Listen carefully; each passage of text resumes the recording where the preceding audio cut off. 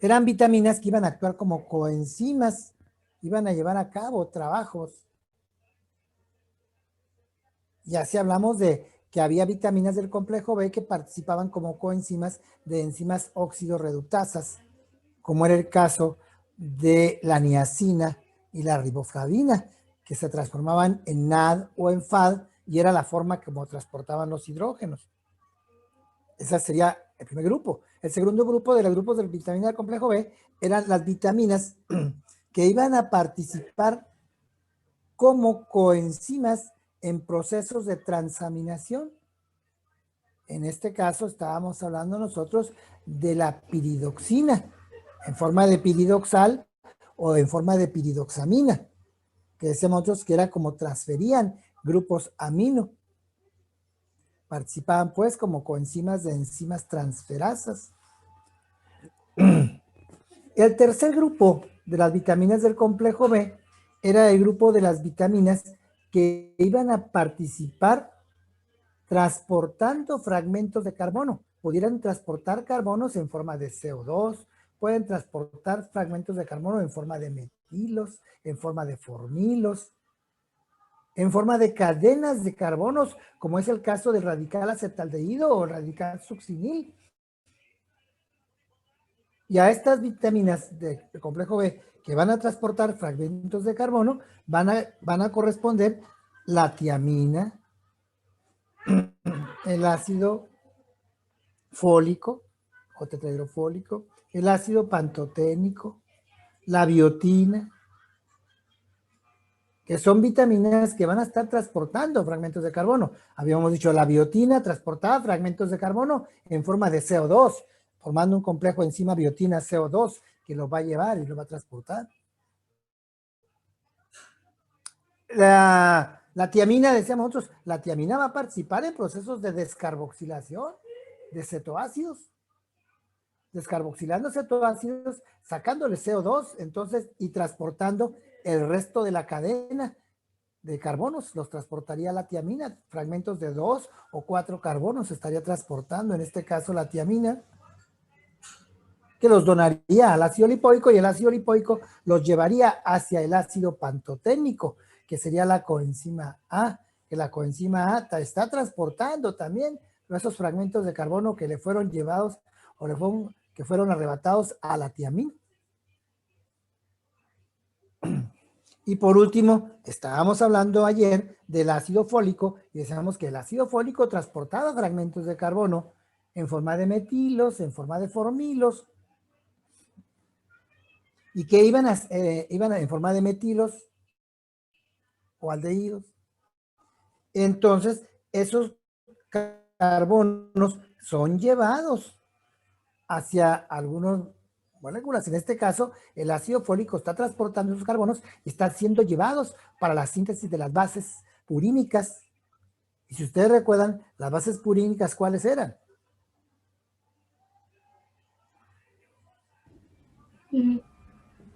La adenina y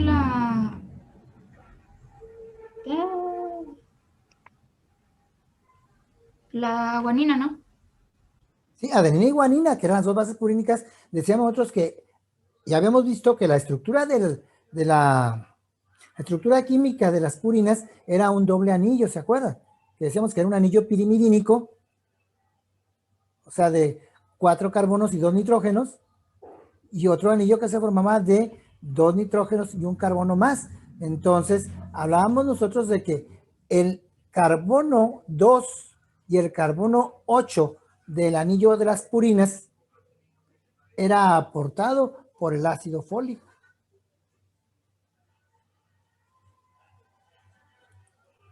Entonces, si no hubiera ácido fólico, pues no había transporte de ese fragmento de carbono y por lo tanto no podíamos sintetizar adenina ni guanina.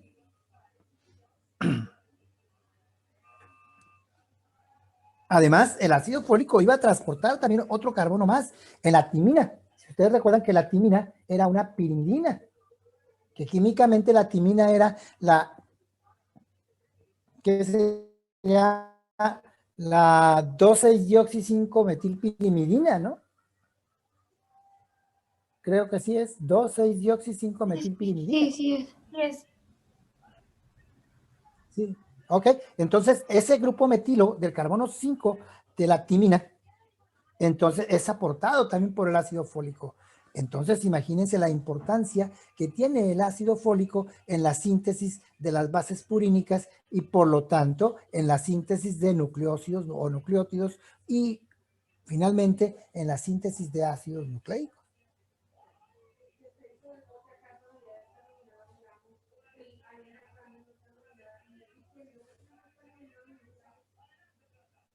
No sé si les queda claro. Sí, doctor, todo bien. Sí. ¿Sí? Muy bien. Entonces, vamos a continuar entendiéndonos pues que ya hablamos nosotros pues de cómo están formadas nuestras bases purínicas, nuestras bases pirimidínicas. Y esas bases purínicas y esas bases pirimidínicas tienen que unirse a una pentosa, a la ribosa o a la desoxirribosa en formas furanosas, en formas de beta de ribofuranosa. Y la unión se va a dar entre el carbono anomérico de la pentosa con el nitrógeno 3 de las bases pirimidínicas o con el nitrógeno 9 de las bases purínicas. Es decir, adenina y guanina se unen por el nitrógeno 9 a la pentosa. En cambio, timina, citosina, uracilo lo van a hacer a través del nitrógeno 3 del anillo pirimidínico.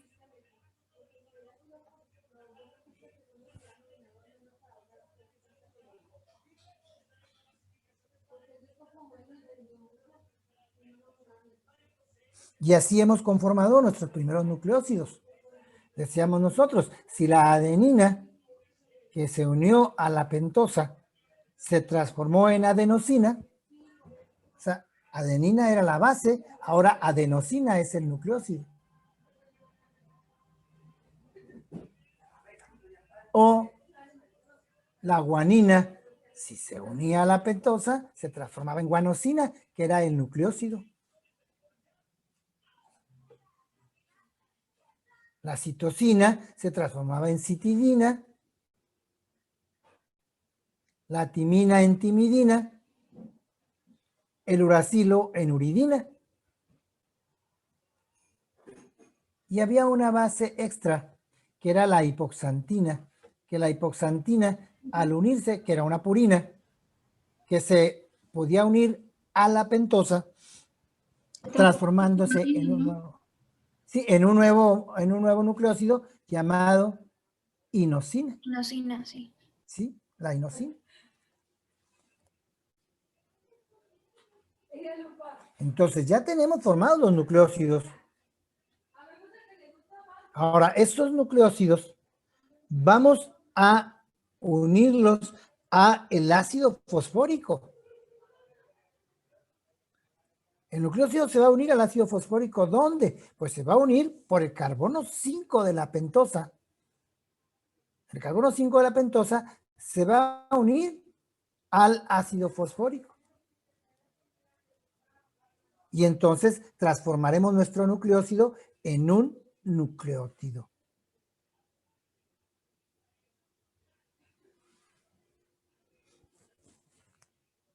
Y así tendríamos nosotros que la citidina, que no era otra cosa más de que una citosina unida a la pentosa, ahora esa citidina unida a un ácido fosfórico se transformaría en una citidina monofosfato o CMP, o también llamada ácido Ácido citidílico. citidílico, ¿no? ¿Por qué? Porque ya el ácido le está dando ya la característica de un ácido.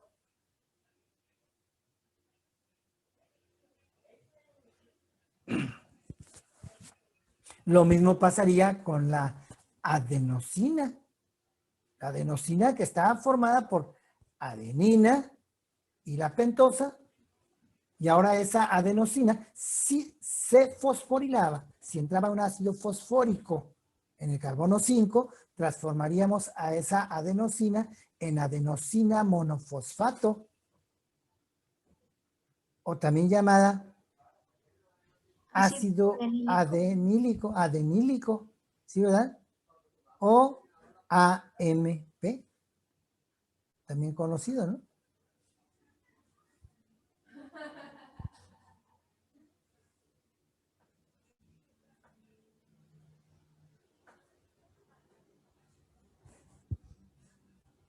Y entonces ya tenemos pues que formaremos nuestros nucleótidos y nuestros nucleótidos pues van a ser el AMP, el GMP, el TMP, el UMP, el sí, IMP, que van a ser, esos van a ser nuestros tabiques de construcción para, es decir, para ir formando nuestros ácidos nucleicos. Ahora, ¿cómo vamos a unir nuestros nucleótidos? Para formar una cadena de ribonucleótidos, es decir, de nucleótidos de ribosa. Para formar una cadena, pues necesito unirlos uno con otro. Y lo vamos a hacer a través de del ácido fosfórico. El ácido fosfórico es el que va a servir de liga para unir un nucleótido con otro. Y esa unión se denomina una unión fosfodiéster, donde el fosfato que estaba unido al carbono 5 de la pentosa va a formar una liga, va a ligar con el OH del carbono 3 del siguiente nucleótido.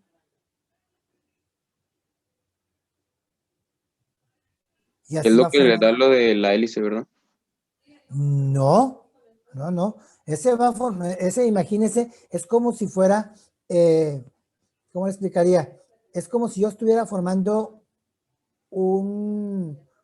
una cadena donde yo tuviera una, ¿cómo le explicaría? Tendría yo un nucleótido y luego tendría otro nucleótido, otro nucleótido, otro nucleótido, formando una cadena nada más. Es una cadena sencilla de ribonucleótidos. Se libera agua, ¿no? Cada vez que se une una con una. Sí, porque es un OH, es un OH y un OH, es OH de la pentosa con OH del ácido fosfórico, forma una molécula de agua y forma una unión, ¿sí? Una unión tipo fosfodiéster.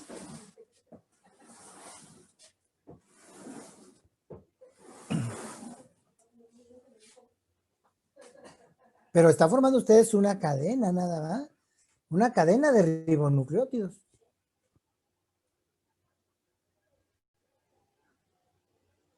A diferencia en el ADN, que van a ser dos cadenas diferentes, donde va a haber un encuentro entre las bases nitrogenadas para formar esos enlaces que se denominan puentes de hidrógeno, que son los que van a dar el giro a la hélice.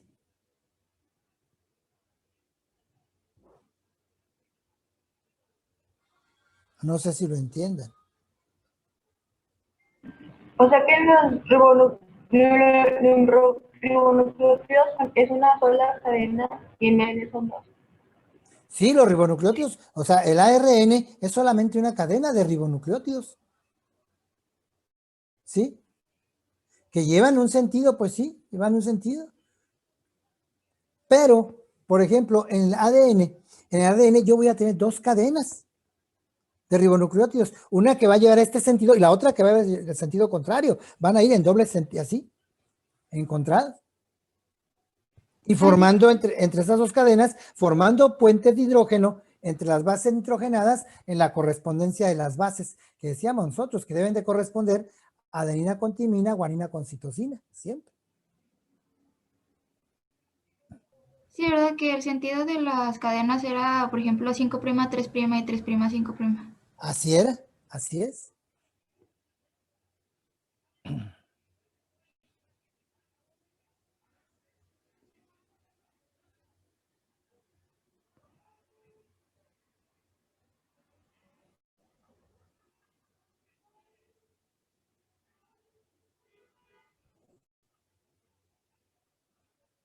¿Alguna duda, alguna pregunta hasta ahí?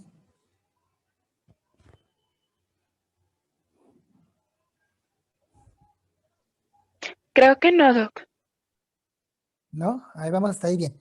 Ok, entonces no tenemos mayor problema con los ácidos nucleicos en el conocimiento. O sea, vamos viendo pues cómo el ADN es una cadena, nada más una tira nada más de ribonucleótidos. El ARN, en cambio, el ADN, pues sí va a tener una doble cadena donde va a provocar que esa haga un giro, se tuerza totalmente, forme esa doble hélice que manejaba Watson y Crick.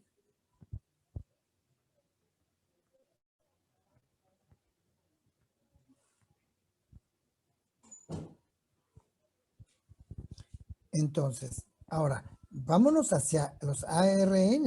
Entonces, hablamos nosotros de que el ARN pues es una sola tira, ¿sí? Entonces, lo que es el ARN del mensajero, lo que es el ribosomal, sí, es una tira sencilla de polirribonucleótidos.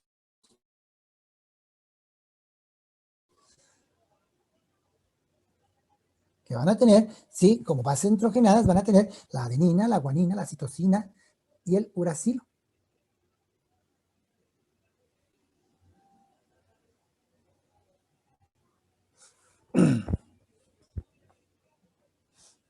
El RNA de transferencia, o sea, hay tres tipos de ARN, dijimos, el mensajero, que es el que va a encontrarse en el núcleo y va a salir del núcleo con la información que contenía el ADN, le va a pasar la información al mensajero y el mensajero, el nombre lo dice, mensaje, hacia el citoplasma, hacia el citosol, para encontrarse en el citosol con el ARN de transferencia. El ARN de transferencia también es una cadena de ribonucleótidos, sí, pero tiene una característica diferente, o sea, tiene una estructura diferente, porque es una cadena que está plegada formando algunas asas. Dice que adquiere, el RNA de transferencia adquiere la forma de un trébol. Sí, no, que en uno de sus extremos tenía, por ejemplo, o sea, para la formación de proteínas que tenía un aminoácido para cuando se están formando. Sí, ¿no? Sí, o sea, las bases tienen que ir específicamente en un extremo, que es donde va a llevar a cargar el aminoácido, Ah, sí. el RNA de transferencia. Y que tiene, por Pero ejemplo, también tienes los anticodones. Ah, perdón. tiene una asa de anticodón. O sea, tiene tres asas. Una asa de pseudouridina, una asa de hidrolacilo y tiene una asa del anticodón, que es donde va a llegar el mensajero y se está acoplando, dándole la información para ver qué tipo de aminoácido es el que va a transportar. O sea que para cada aminoácido hay un RNA de transferencia.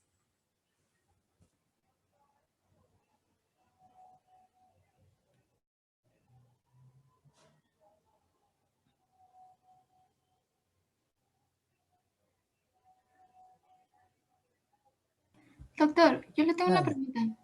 Sí. ¿El ARN ribosomal es lo mismo que un ribosoma? O sea, el organelo. No. Una cosa es el organelo, es el ribosoma, y lo que contiene es el RNA ribosomal. Ah, ok, ¿Sí? ok. Sí, gracias. Ándele.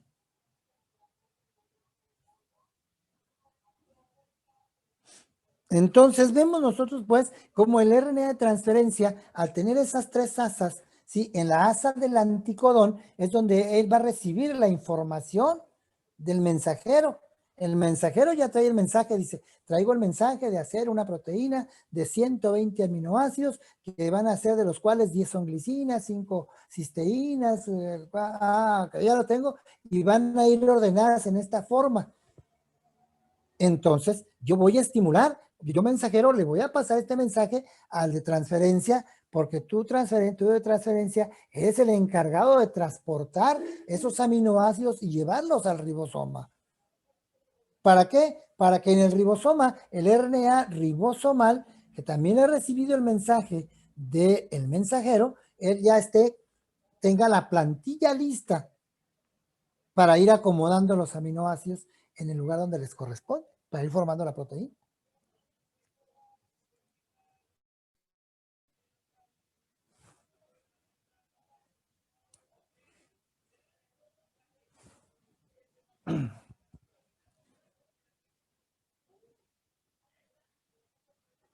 No sé si les queda claro. Sí, doctor. Sí, doctor. ¿Sí? Ok, entonces eso es lo que estamos haciendo, ¿no? Con los ácidos nucleicos. La importancia, pues, del ARN es sobre todo la síntesis proteica y la del ADN, pues, mantener el material de información genética. Sabemos bien que una afectación a nivel de un aminoácido que esté mal ubicado o mal acomodado, me va a llevar a la porra a mi proteína, definitivamente.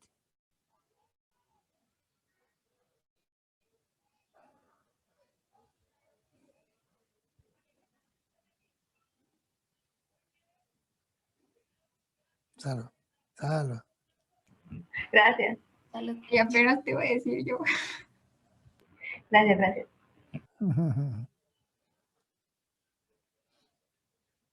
¿Algo más? Doctor, había dicho que el ADN es de tres, se codifican tres, ¿no? Mensajeros, transferencia, ¿en cuál otro? Ribosomal, es del ribosoma, ¿sí? O sea, es RNA mensajero, RNA de transferencia, RNA ribosomal. O sea, si se fijan, los tres ARN están constituidos por los mismos ribonucleótidos. El único que tiene variación es el RNA de transferencia. El RNA de transferencia, además de tener adenina, guanina, citosina, uracilo, tiene timina, que decíamos que era específico del ADN. Bueno, el de transferencia hay un asa de timina que tiene las formas metiladas de la adenina y de la guanina, o sea, guanina metiladas, adenina metiladas. Entonces vemos nosotros que el ARN de transferencia es algo más específico, o sea, tiene cosas más bases que las bases que tenían normalmente el ARN. Va a tener adenina, guanina, citosina, adenina, guanina, citosina y uracilo, pero también va a tener timina, va a tener las formas metiladas de adenina y guanina, va a tener las formas de dihidrouracilo y va a tener pseudouridina, que son principalmente las bases nuevas que tiene el RNA de transferencia.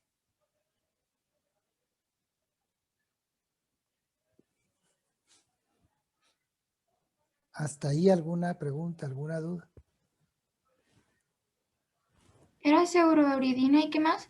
Pseudouridina, dihidrouracilo, las formas metiladas de guanina y citosina.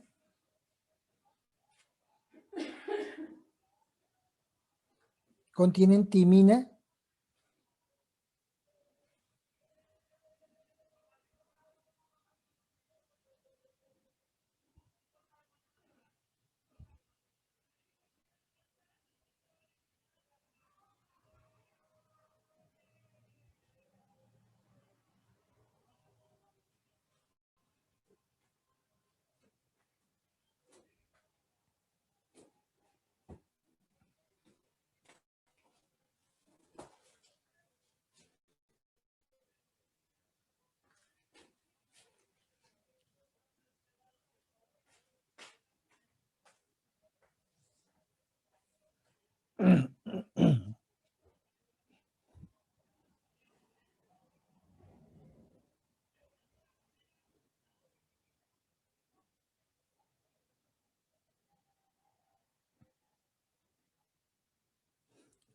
¿Algún otro comentario que tengan el equipo que estaba presentando? ¿Alguna duda?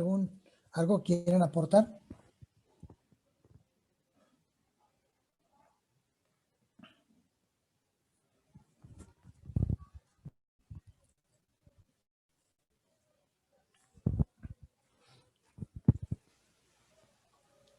Pues es que lo que nos tocaba exponer, lo que dijo ayer que expusiéramos, Ujú. ya lo estuvimos comentando, pero, o sea, y sería tal vez algo repetitivo, pero pues si quiere podemos No, no, exponerlo para repasar. yo estoy de acuerdo que necesitamos que lo repasen ustedes y que lo entiendan. O sea, que lo entiendan y que lo entienda el grupo en realidad, porque a lo mejor ustedes como equipo sí lo están leyendo, pero el resto del grupo, si no lo leyó, pues nos vamos a ir perdiendo poco a poco.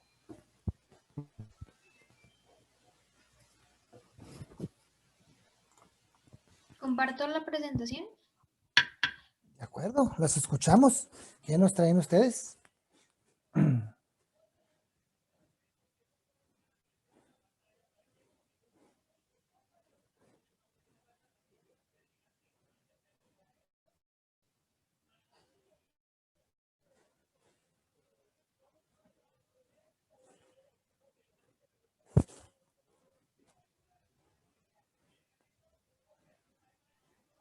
¿Sí me escuchan? Sí. Sí. Ok. Bueno, pues yo les voy a hablar sobre la estructura del ADN y del ARN. Bueno, pues primero, ADN significa ácido desoxirribonucleico y este es el tipo de molécula más complejo que se conoce y contiene pues la información necesaria para controlar el metabolismo de un ser vivo y también es donde se almacena o bueno, donde reside la información genética. Bueno, y pues como dato, los que lograron describir la forma del ADN fueron el bioquímico James Watson y el biofísico Francis Crick. Bueno, pues una molécula de ADN va a constar de dos cadenas o, bueno, bandas que están formadas por compuestos químicos, que a estos se les van a llamar nucleótidos. Estas cadenas van a formar una especie de escalera espiralada, como se ve en la imagen, y esta va a recibir el nombre de doble hélice. Bueno, cada nucleótido está formado por 3 unidades muy específicas, como ya habían comentado mis compañeros antes, que van a ser una molécula de azúcar, un grupo fosfato y uno de 4 posibles compuestos nitrogenados, que pueden ser en el ADN la adenina, la guanina, la timina y la citosina. De estos, la timina es la que caracteriza el ADN. Bueno, la desoxirribosa es la molécula de azúcar en este caso, en el ADN, perdón.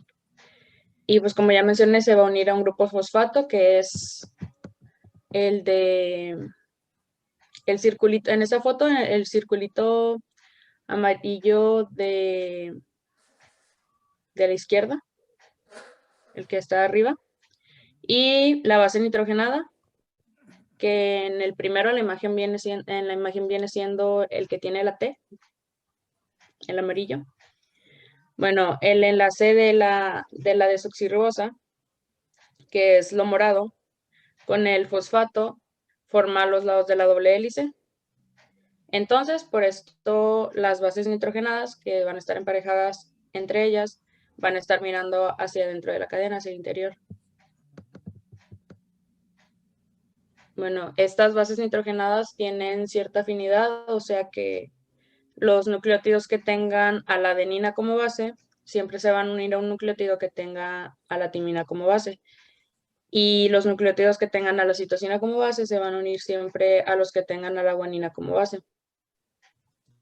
Le das a la siguiente. Y aquí están ejemplos de las combinaciones que pueden hacerse. Bueno, entonces las bases nitrogenadas también se van a unir entre ellas por medio de enlaces químicos débiles, perdón, y esto se les va a llamar puentes de hidrógeno. Le das a lo que sigue. Bueno, ahora el ARN. Bueno, primero esto, ARN significa ácido ribonucleico. Es un poco similar al ADN, nada más que pues el ARN no consta de una doble hélice. Pero igual que el ADN también está formado por una cadena de monómeros repetitivos que también se van a llamar nucleótidos.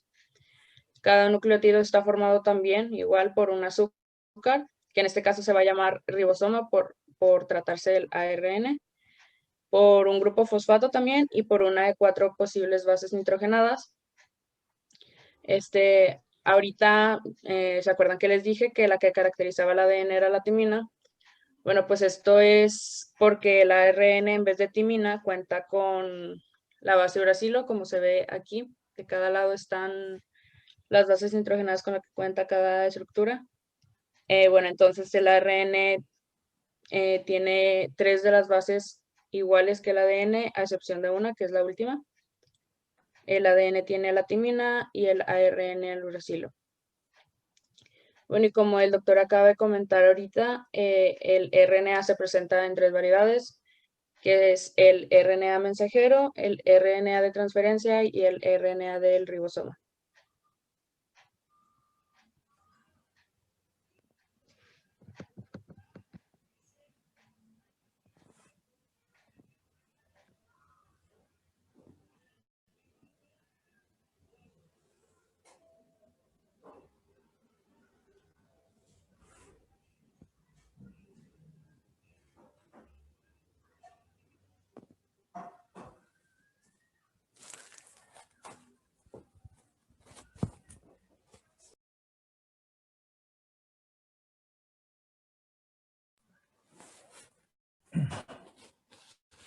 Bueno.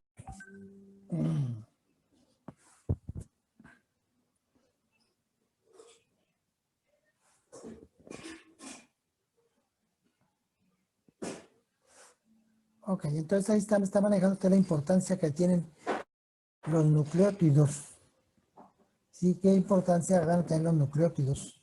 Y ahí me habla, dice que son precursores de los ácidos nucleicos. Se participan en funciones metabólicas, regulan la actividad enzimática, además de formar algunas coenzimas, como es el caso del NAD, el FAD, donde los nucleótidos tienen que formar parte de, ¿sí? Como transductores de señal. Entonces tienen mucha importancia lo que van a hacer los nucleótidos, no nada más, no necesariamente era la formación de ácidos nucleicos. Formar enlaces de alta energía en forma de ATP, GTP, como segundos mensajeros.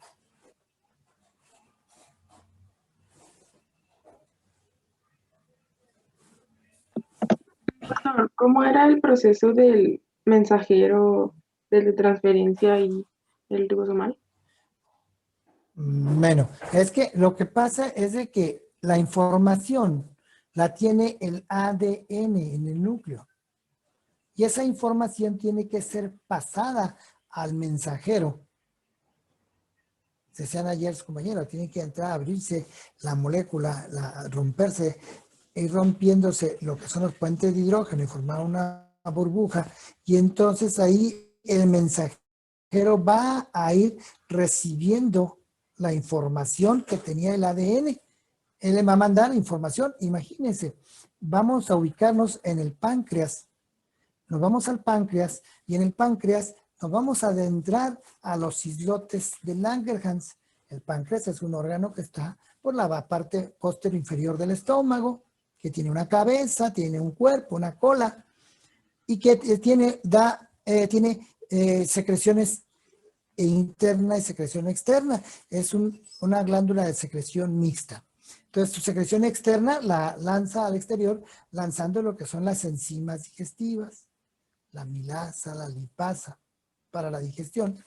Y su secreción interna viene dada por la insulina y el glucagón y la somatomedina.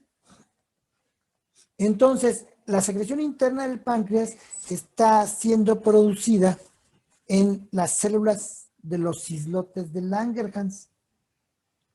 Se les denomina células de los islotes de Langerhans. Son unas islas de células donde vamos a encontrar células alfa, células beta, células delta, de las cuales van a predominar las células beta en los islotes.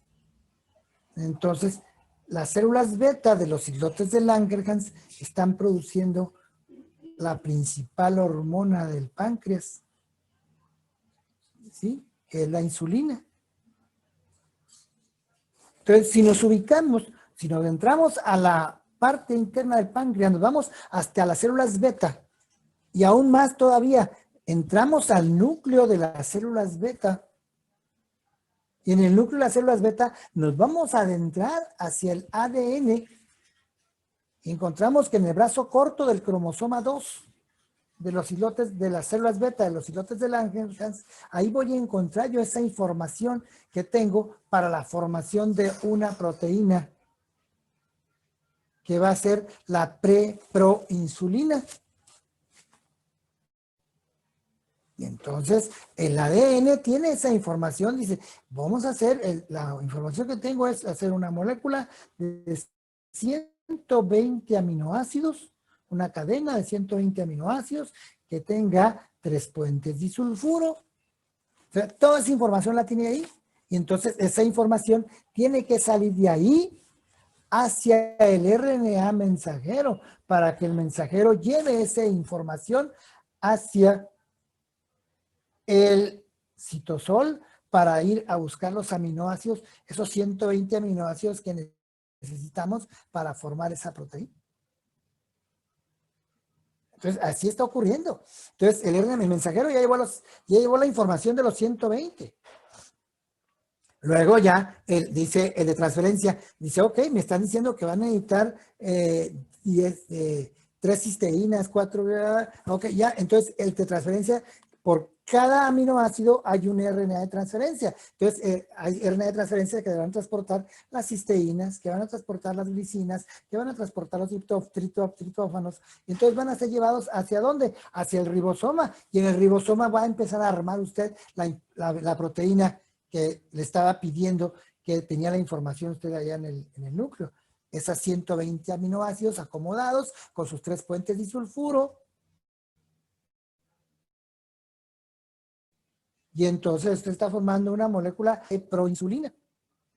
Y esa preproinsulina necesita modificarse para transformarse en una proinsulina. Es decir, de 120 aminoácidos le vamos a tumbar, ¿qué será?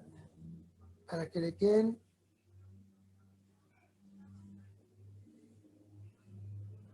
84, entonces son 36. ¿Sí? Sí, 36 aminoácidos va a perderlos y le queda una molécula de 84 aminoácidos nada más. Y esa molécula de 84 aminoácidos se llama proinsulina, que todavía no es una insulina activa, es una proinsulina. Y esa proinsulina necesita entrar al aparato de Golgi y tiene que romper sus uniones. Esa molécula cadena de 84 aminoácidos la vamos a partir, vamos a meter van a entrar 2 enzimas hidrolasas que le van a dejar y van a formar 3 cadenas, una cadena de 33, una cadena de 21 y otra de 30. 21, 33 y 30 dan igual a los 84 aminoácidos que tenía.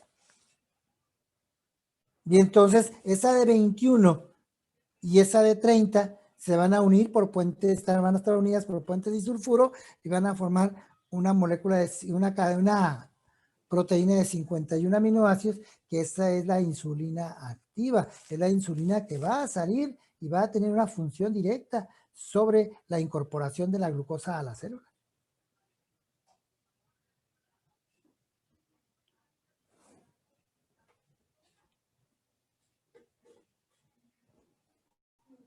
No sé si les queda claro. Sí, doctor. Sí. ¿Sí? Y entonces es lo que está pasando, así es como va a ocurrir esto.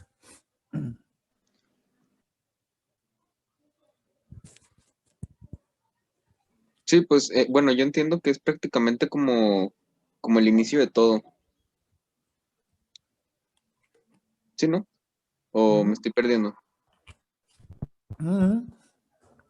De acuerdo, es lo que digo, tiene que ser, o sea, la información la tiene el núcleo, en el ADN, y esa información tiene que ser transportada, tiene que ser expuesta o tiene que ser pasada hacia al ARN para que el ARN lleve la información y pueda formarse la proteína que se necesita.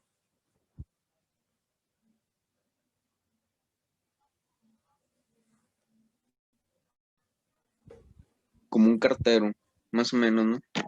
Más o menos es la información. O sea, entonces cuando hay una falla en la información, pues me viene una mutación, viene un cambio, y entonces mi proteína no se va a formar. Imagínense qué va a pasar cuando se daña su célula beta en una pancreatitis. Pues se va a dañar la célula beta y al dañarse la célula beta la información se va a ver afectada.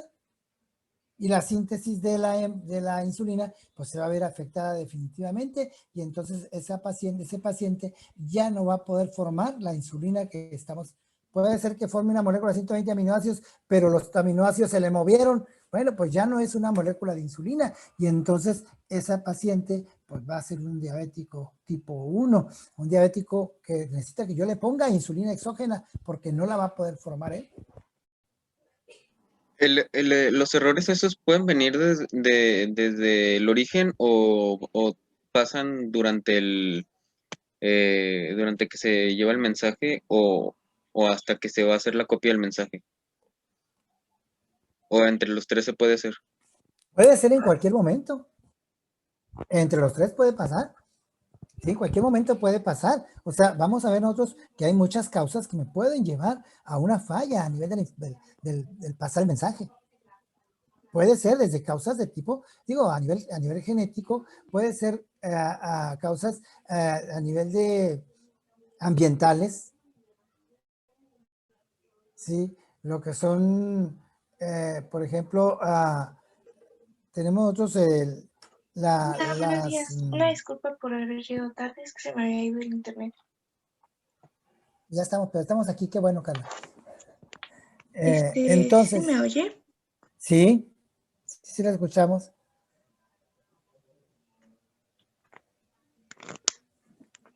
Sí se me oye. Sí. Pues uno de los Ok. ejemplos claros es como cuando hubo muchos casos de mutaciones en Chernobyl, ¿eh? Por la causa En Chernobyl, sí, así es. El gran problema de las mutaciones, sí, de lo mismo después de la bomba atómica en Hiroshima, en Nagasaki. Sí, entonces esa es la información del daño que se ha causado, la reactividad, el daño que ha causado en la información. Principalmente se da este daño en los codones, tanto del ADN como del ARN, ¿no, Doc? O sea Sí, que a veces se quedan incompletos o sea, su estructura no tienen una secuencia adecuada, entonces va ahí principalmente en los codones, ¿verdad? sí, así es.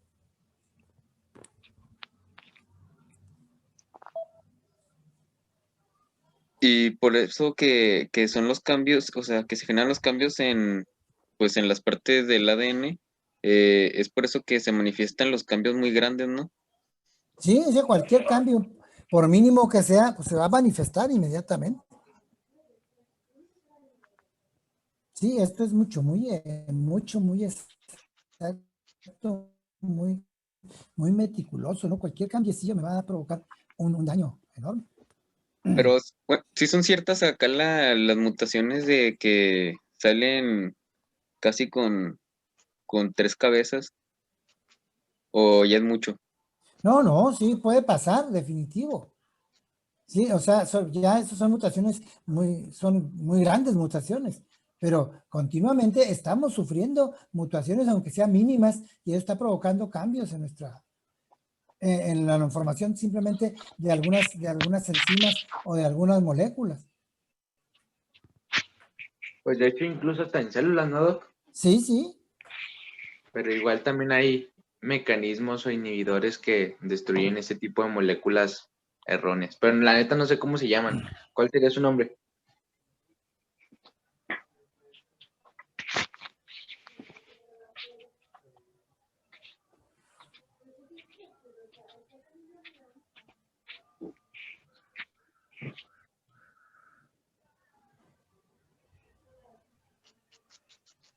Pues igual mutación celular, ¿no? Son mutaciones. Todos son mutaciones. ¿Se acuerdan? Una mutación, cualquier cambio que dé en la información, Sí, simplemente en el acomodo de algún codón.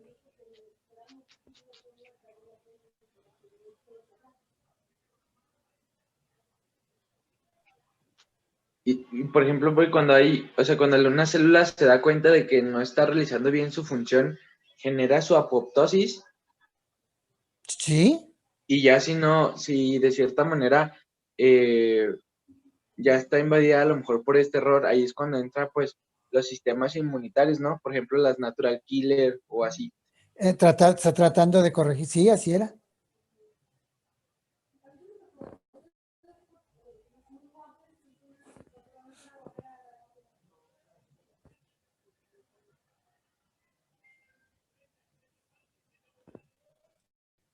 Entonces, algo más como equipo, ¿qué más nos iban a comentar?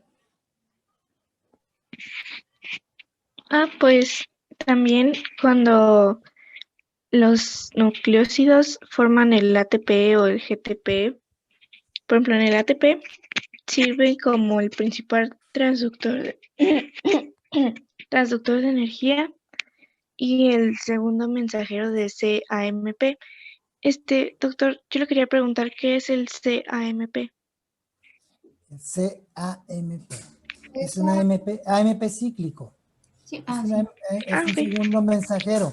El AMP cíclico, les comentaba yo, si usted conoce, el AMP es una adenina unida a una pentosa y a un fosfato, es una AMP, pero cuando se cicla, o sea, quiere decir de que el fosfato está unido al carbono 5 de la pentosa, pero por medio del otro OH del fosfato se une al OH del carbono 3 de la misma pentosa, entonces se cicliza, entonces se transforma en un AMP cíclico, que actúa como un segundo mensaje.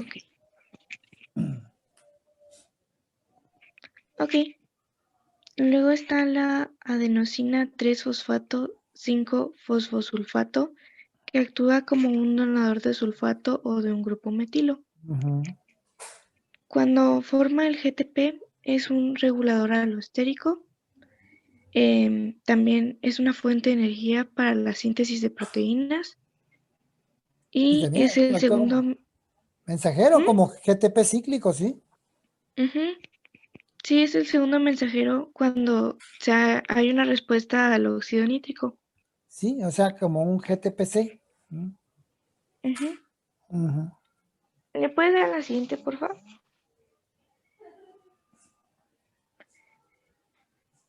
También cuando forma un UDP de azúcar, ayuda a las epimerizaciones del azúcar, a la biosíntesis de glucógeno, también permítanme, lo tengo aquí anotado,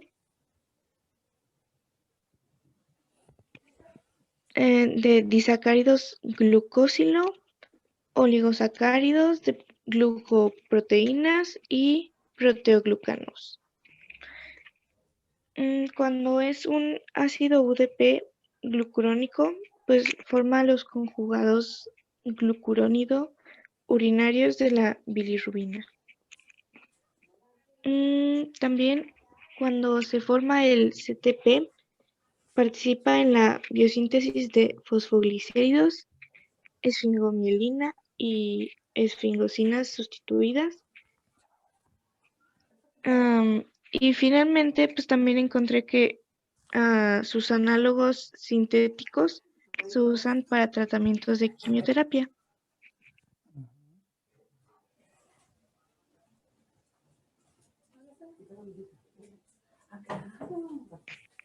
O sea, son las otras funciones que vamos encontrando los nucleótidos.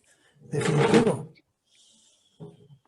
Sí, no nada más pensar en los nucleótidos pensar nada más que los nucleótidos van a participar en la síntesis de ácido nucleico.